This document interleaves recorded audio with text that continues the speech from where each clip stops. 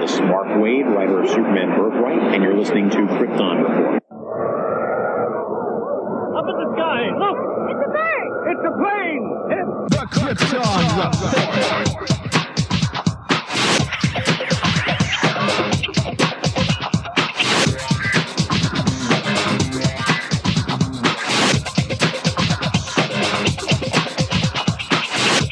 I am your host, Tyler, and welcome to Krypton Report, a podcast dedicated to all things Superman, Supergirl. We're going to look at the Supergirl TV series, as well as the Krypton TV series, anything that has to do with the characters in their world. Comics, movies, TV shows.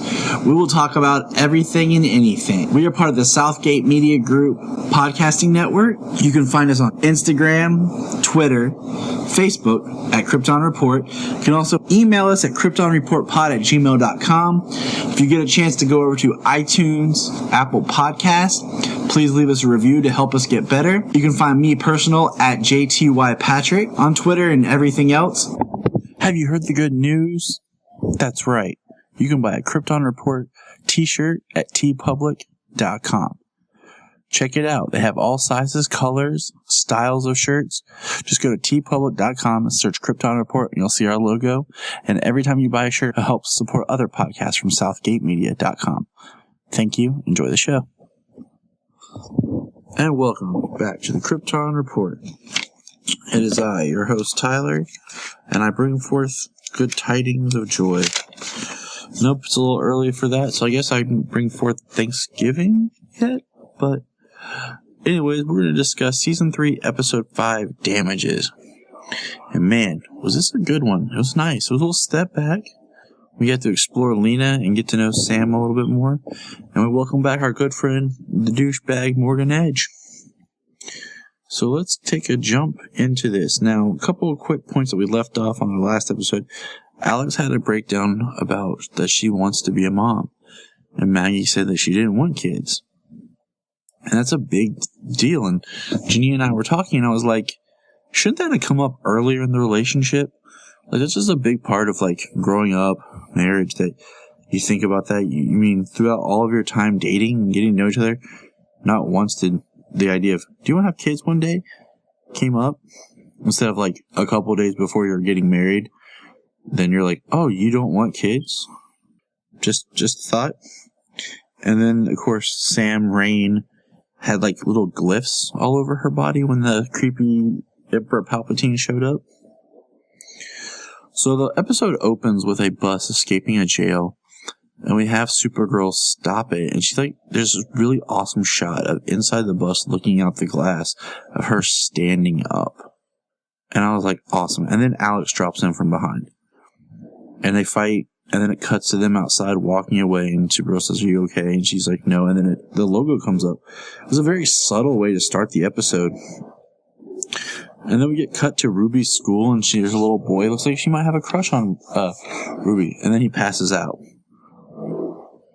Poor guy. Just finally got the courage to talk to the girl, and already you're dropping down. We see Jimmy and Lena are butting heads a lot with her now part of in Catco and everything. So it's really kind of like just Jimmy versus Lena. Very interesting. And then, of course, right then is when Kara walks in. We see Morgan Edge on TV with sick children. And they start to say that, they're all lead poisoned. And they really want to flip this and turn this around on the lead bomb, which is pretty cool in the sense of, like, it is something serious. But then later in the episode, we get Wynn talking about the math that him and Lena ran and what the percentage was and how it was supposed to dissipate when touching humans and what the percentages were. And then we found out there's a 10% chance that humans could have been poisoned by lead. And you're like, okay, that's getting pretty crazy. But, Lena did what she thought was right at a time where we were being invaded by aliens. Again. I think bomb that kills aliens is a pretty big risk of saving people. I mean, there's things that happen in our lives, in our world now, that we don't know or don't think about, that there is collateral damage to people. Probably corn syrup will kill us all. Yeah. And as you know, there's a parent that runs in yelling about his boy, and he's blaming Lena. And I look at it as a parent, like, how would I feel? And honestly, I don't know, but I would hope that I would be rational to think that the fallout from an alien invasion fighting, I mean, the Daxamites could have had a bacteria and killed us for all we know, that we would not be able to fight. And we were just trying to protect ourselves. But people are irrational, because in the next scene when Lena decides to hold a press conference, a woman, didn't look like a woman, was a very androgynous looking person, shoots at them. And of course, Carr catches a bullet, but you know who else catches a bullet? Jimmy, in his shoulder. And, you know, getting shot, never been shot, is a big deal. But I kind of think that, you know, getting shot in the shoulder, you wouldn't freak out like you're about to die. Especially when you're Jimmy Olsen. I don't know. But, Lena does get a great line in here when Sam takes her to her house and she's there. And Sam says that, you know, we're friends. And Lena says, would you still be my friend if Ruby was sick? And then it pauses and cuts. It's a hard thing to answer. And I feel like this could have been Lena's turn to the dark here. But it's like, no matter what happens to her, she's still fighting it. She's not becoming what she thinks she should. You know, Kara and Sam bond together. They're both adopted. Interesting, right? They mentioned a food truck. Poor food trucks. They always get a bad rap. But we found out all these kids were poisoned by Acre Chemical, a subsidiary of Morgan Hedges Company. So, hey, lead in the pool. Who would have thunk it, right? So, as soon as the scene opens up, as soon as Lena gets the go-ahead that, hey, it was this chemical company, her whole demeanor changes, and you know that she's up to something. And she goes and she faces Morgan Edge, and lo and behold, she brings a gun with her. And she's trying to play tough like a Luther. And then someone sneaks up and smacks her upside the head. Not trying to be mean here, Lena, but you don't bring a gun when you're by yourself. You don't go by yourself. Just throwing that out there. So which leads her to being in a plane flying. So far this episode, we haven't got any sight of Hank / John. And then there he is, real quick, at the DEO. And I think to myself, why did Martian Manhunter do much? I mean, there are some comics where he is more powerful than Superman. There are some where him and Superman are equal, back and forth. And I feel like he's such a powerful character that they haven't found a way to depower him. Nothing like, you know, they've done so much with his backstory, but, you know, at the time, John could have come here as a child and never learned his full Martian capability. Or he was affected by the Medusa virus. It hindered him. Or he's still suffering from the white Martian blood, you know, poisoning and everything that he had. Something to where it gives us some sort of understanding of why he doesn't turn into John Martian Manhunter and do more. Why he always seems depowered and held back. And why he still has his Hank Henshaw form most of the time. So those are some quick ideas I just threw out there that I just thought of off the top of my head. I'm sure the writer's room maybe can think of something. If not, you should hire me. I got ideas. I talk on this thing for free of ideas. So Supergirl blasts into action. And you know one thing I thought about this episode? I don't know what you ever thought about. How are Supergirl's ears pierced? Just throwing that out there. I mean, seriously. And she stops the plane. It splits in half. And Lena, jeez, too many L's here, gets a great line about, you know, stop the chemicals, don't let them fall into the reservoir, save them, not me. And Kara gives her, like, climb, you gotta climb. And she climbs up, and, you know, there's an awesome shot of Kara holding Lena in one hand and the plane in the other, and the chemicals don't dissipate.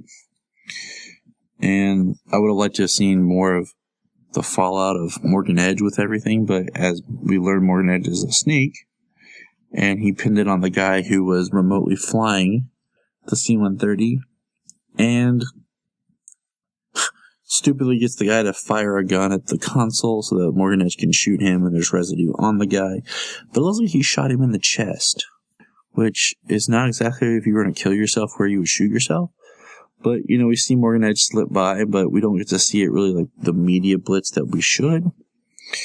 And Supergirl faces off against Morgan Edge, and he has this little speech about hate and enemies and how the capes don't have this. And he said, last time you're mad at me, you dropped me on top of a storage container.